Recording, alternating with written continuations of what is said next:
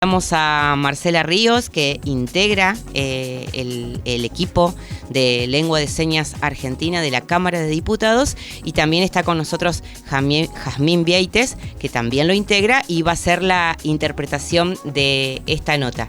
Hola Marcela, bienvenida, muy buenos días, ¿cómo estás? Bien, estoy muy bien. Buenos días a todos. Es un gusto tenerte hoy, además de la presencia de Marcela en la radio de la Cámara.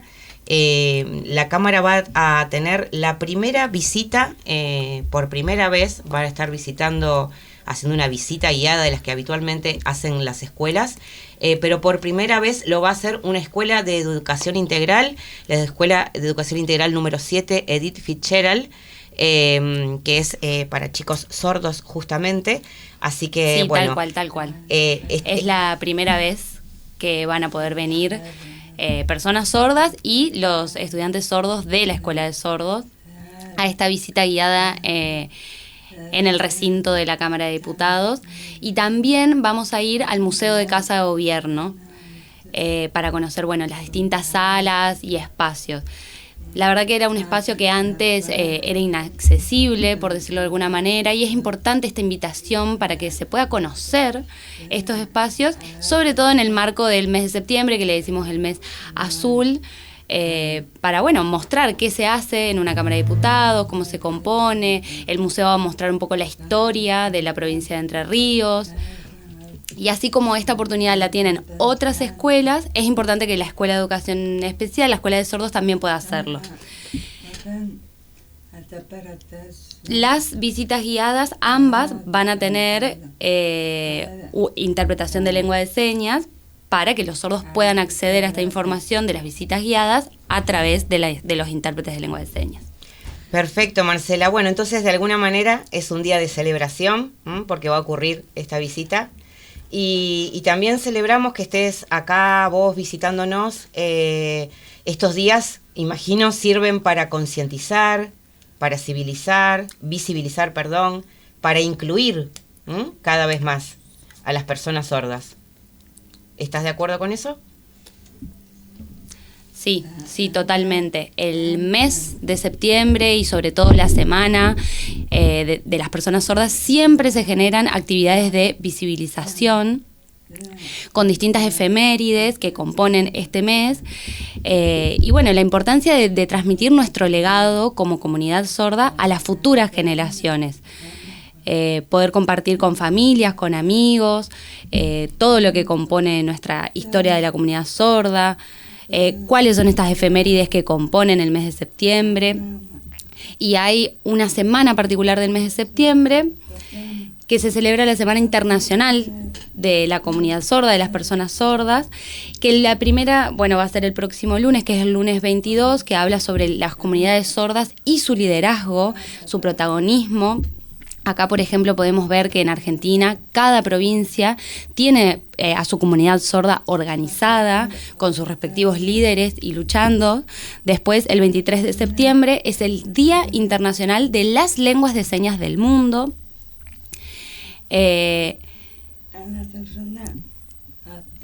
Porque, como sabrán, que los distintos países del mundo tienen sus propias lenguas de señas y se celebra como un día internacional de todas las lenguas de señas. Eso querría que me cuentes, porque hay mucha gente que seguramente no lo sabe. Yo hasta el año pasado, que hicimos una capacitación muy interesante acá en la Cámara de Diputados, pensaba que todos los países tenían la misma lengua de señas. Esto no es así.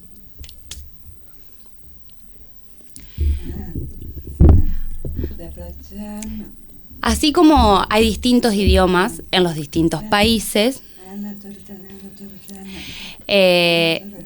cada país tiene su lengua de señas. Hay un sistema de signos que se llama Sistema Internacional de Lengua de Señas, que es una especie de lengua común, lengua de contacto. Por ejemplo, si yo me traslado y visito Italia, por decirlo de alguna manera, que allá hablan de lengua de señas italiana y yo hablo de lengua de señas argentina, se genera una lengua de contacto que es las señas internacional. Lo mismo si de Italia vienen acá, también vamos a conversar en este sistema, pero en realidad cada país tiene su propia lengua de señas, su propio idioma. Perfecto. Y me gustaría saber por qué es el 19 de septiembre, es decir, mañana, por qué es el Día de la Persona Sorda en Argentina.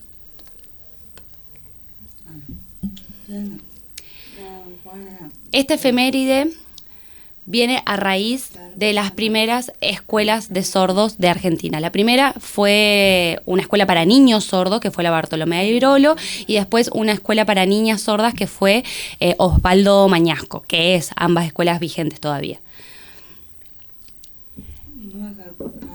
Estaban en ese momento, en 1885, por supuesto, por separado esas escuelas. Los niños tenían su instituto y las niñas tenían su instituto.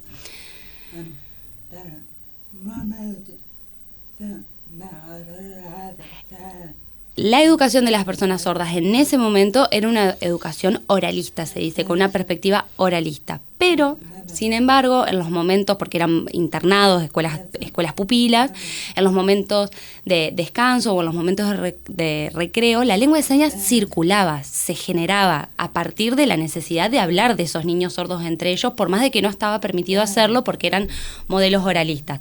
Adelante de los profesores disimulaban, hablaban oralmente, y cuando esos niños terminaron la escuela, se hicieron adultos, jóvenes adultos, se volvieron a encontrar en las asociaciones de sordos. Y ahí de alguna manera se juntan estas lenguas que se habían creado, la lengua de señas de la escuela de los niños y la lengua de señas de la escuela de las niñas, se unifica en una misma lengua de señas a partir del encuentro en las distintas asociaciones de sordos. Y es la lengua de señas que tenemos y que se expandió hasta el día de hoy.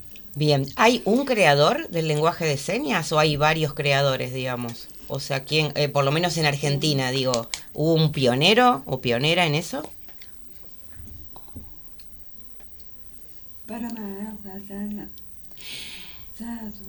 Esa era un poco la creación de la lengua de señas, lo que sucedía en los institutos. En uno de los institutos, los profesores venían de Italia.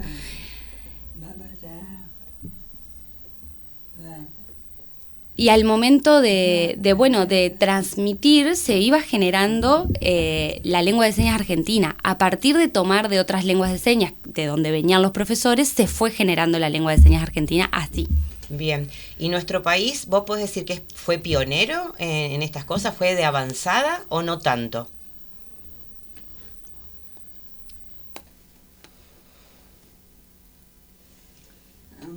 Y si lo pensamos internacionalmente,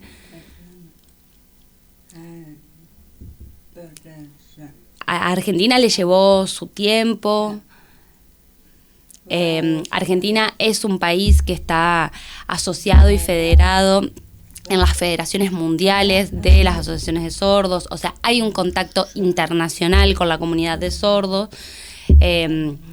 Por ejemplo, que ante situaciones muy graves de vulneración de derechos, hay un apoyo de esa Federación Mundial, y así los distintos países, es una organización que nuclea a las distintas confederaciones y asociaciones, y tenemos como esa relación. Bien, perfecto. Recuerdo algunas cosas que vimos en la capacitación y me gustaría repasarlas un poco para difundirlas, ¿no? Para toda la gente que nos escucha en la provincia de Entre Ríos.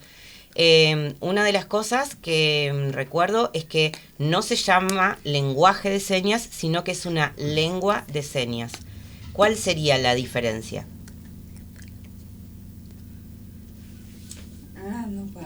Una lengua es un idioma.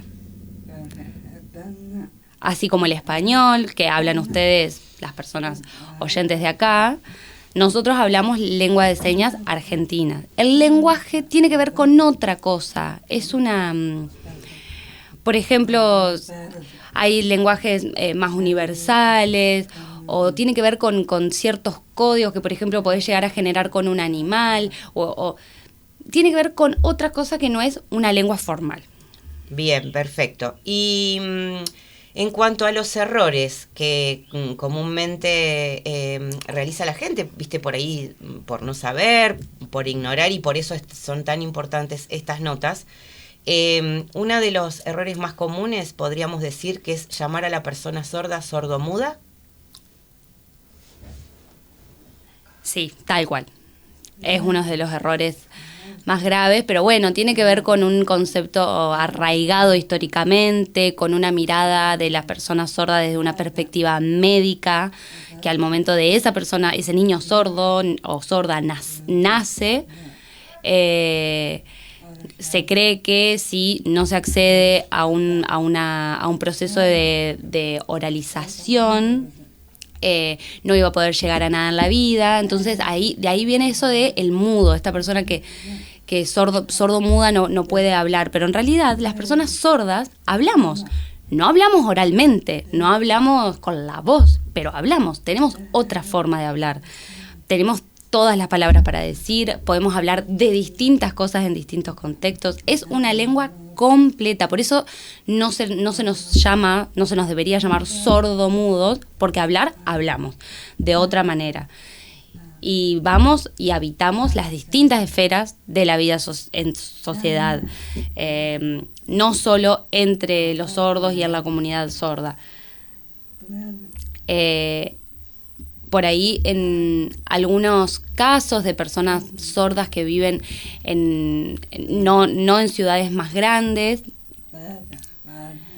se puede dar este fenómeno de que efectivamente no haya accedido a un proceso de fonoaudiología o sí, de que le enseñen a hablar de manera oral, pero es quizás porque no entrenó esa habilidad, pero en realidad no es mudo. Ok, entonces no es porque, digamos, no se los deba llamar así por una cuestión de que los haga sentir mal, una cuestión de denominación, sino porque no es correcto el concepto.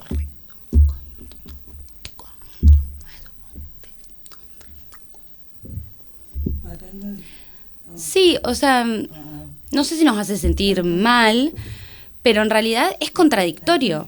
Porque yo si quiero puedo gritar, yo si quiero puedo utilizar esa voz y hablo. Por eso es como, sí, es ilógico que se nos diga mudos cuando hablamos. Bien, perfecto. Entonces, el término correcto es persona sorda o sordo. Eso es lo correcto.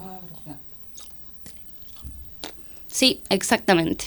Bien, perfecto. Y Marcela, me gustaría preguntarte también por el trabajo que ustedes hacen de interpretación en lengua de señas, de las sesiones o a veces de las reuniones de comisión, como fue el caso de ayer, o de otras actividades o eventos. Recuerdo en la capacitación que nos dieron que me llamó la atención que ustedes reclamaban un lugar más grande en la pantalla, ¿no? Porque a veces es tan chiquitito el lugar que se le da al intérprete que es como una cosa así como para cumplir, ¿no? Y no es la idea.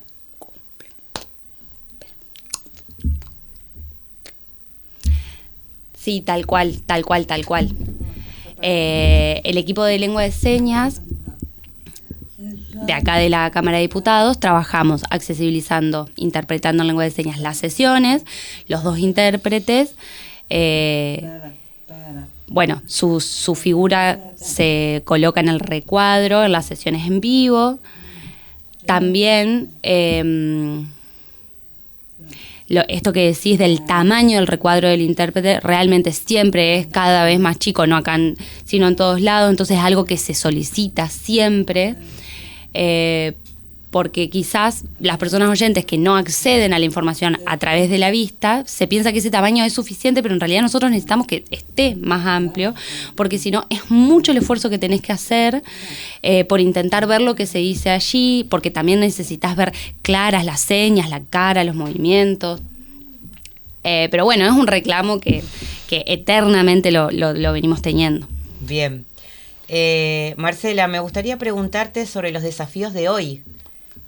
¿Cuáles crees que son, digamos, las barreras que todavía faltan vencer? ¿O cómo podemos incluir más a la persona sorda en la sociedad? ¿Cuáles serían sus reclamos, sus aspiraciones?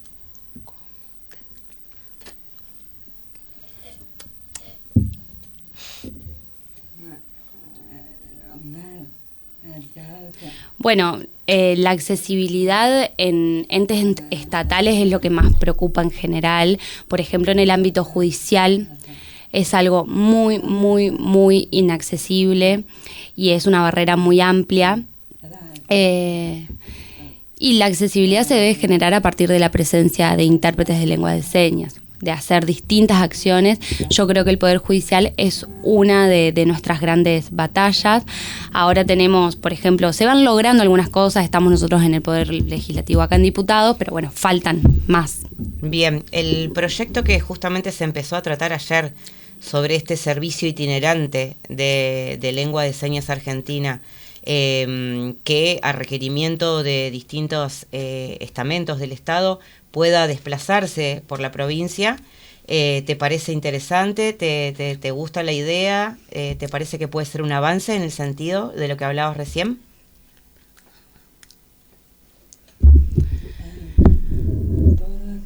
En relación a este proyecto, de las asociaciones de sordos, por ejemplo, yo participo de la Asociación de Sordos de Paraná.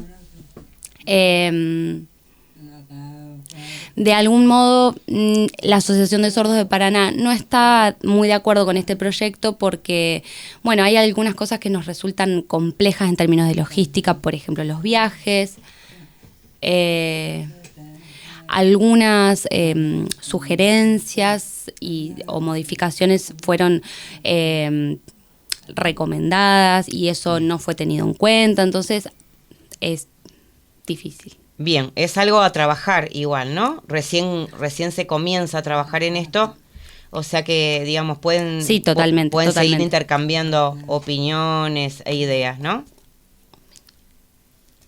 Sí, bien. Sí. A eso estamos, a la espera de una invitación desde la asociación para continuar trabajando, sí.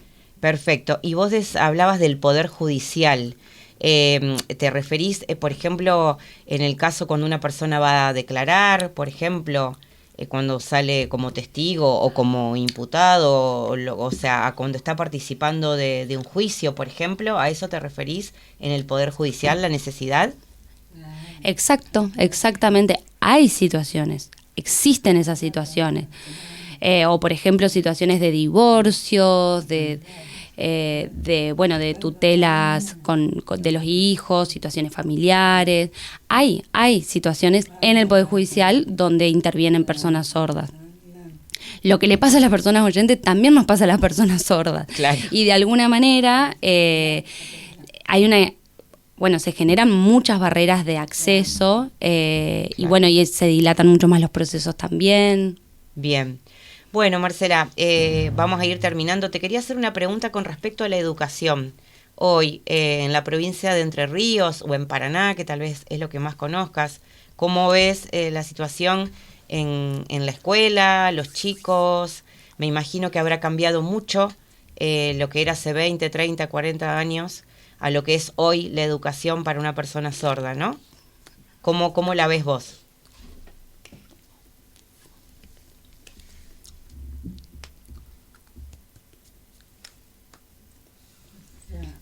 Bueno, yo en realidad hice mi escolaridad en la provincia de Córdoba porque la hice en San Francisco, no soy de acá de Paraná, pero sí un poco conozco.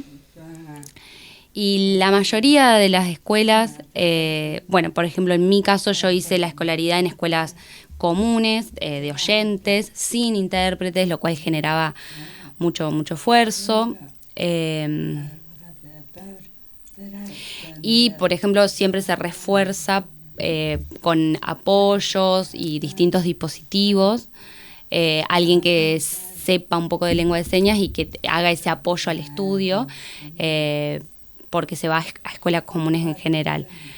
Cuando me mudé acá a Paraná, esa fue mi experiencia, cuando me mudé acá en Paraná, que fui a la escuela de sordos a visitar, vi que era muy distinta la propuesta a lo que yo había transitado como experiencia educativa.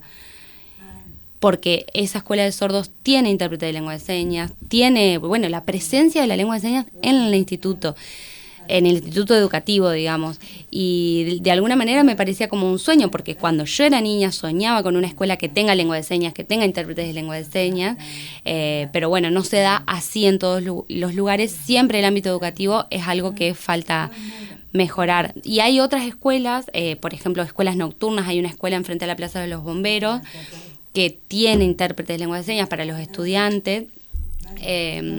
Pero lo común es que las escuelas comunes, valga la redundancia, no tengan intérpretes de lengua de señas. Es algo que todavía luchamos por conseguir, pero que sí de alguna manera ha mejorado, por lo que fue desde mi experiencia hasta hoy, ha mejorado con el tiempo, y la verdad es que es muy gratificante ver que hoy los niños tienen otra realidad en relación a las trayectorias educativas.